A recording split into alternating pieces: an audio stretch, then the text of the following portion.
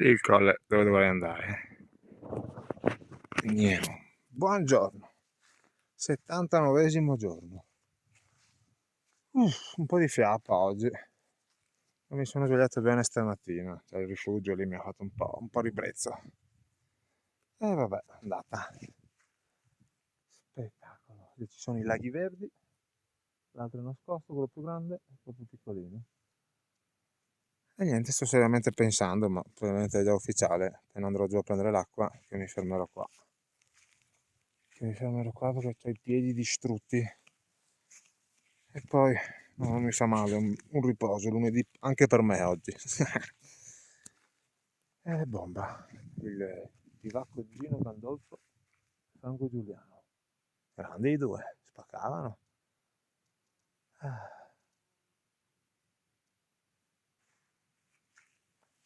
Spettacolo.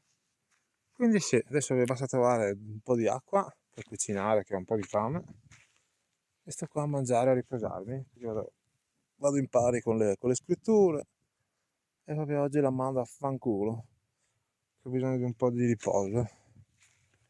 Che altro per i miei piedini, poveri, stanchi, dilagnati. Là c'è qualcuno. Tac. E siamo nelle valli di Lando.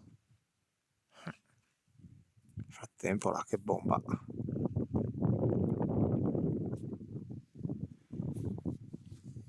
Sì, domani mettono anche pioggia, però fanculo, c'è bel bivacchino, sarà bello caldo, anche se sono 2002, dovrei dormire bene. E stiamo qua. Un giorno di relax me lo merito. Comunque i 800 li ho già fatti. No, 800? 600. Vabbè. Un po' di diesel oggi l'ho già fatto, 6 km. È così. Oggi sciallanza dura. Non fa paura. Scello. Un po' di sole che è uscito. È così, giorno 79, disperso nel Piemonte. Lungo sto Piemonte, Dio buono.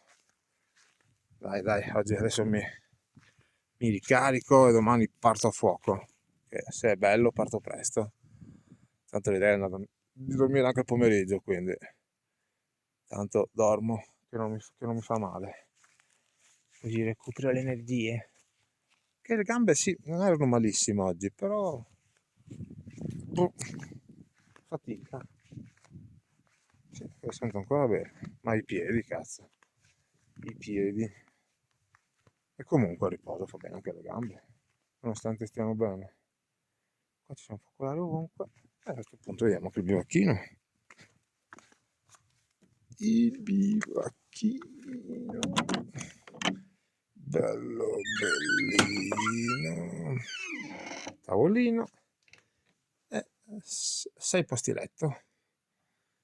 Un materasso, 2 sono anche in più, quindi si è stranchinotto. 2 qua. Tac, tac, tac.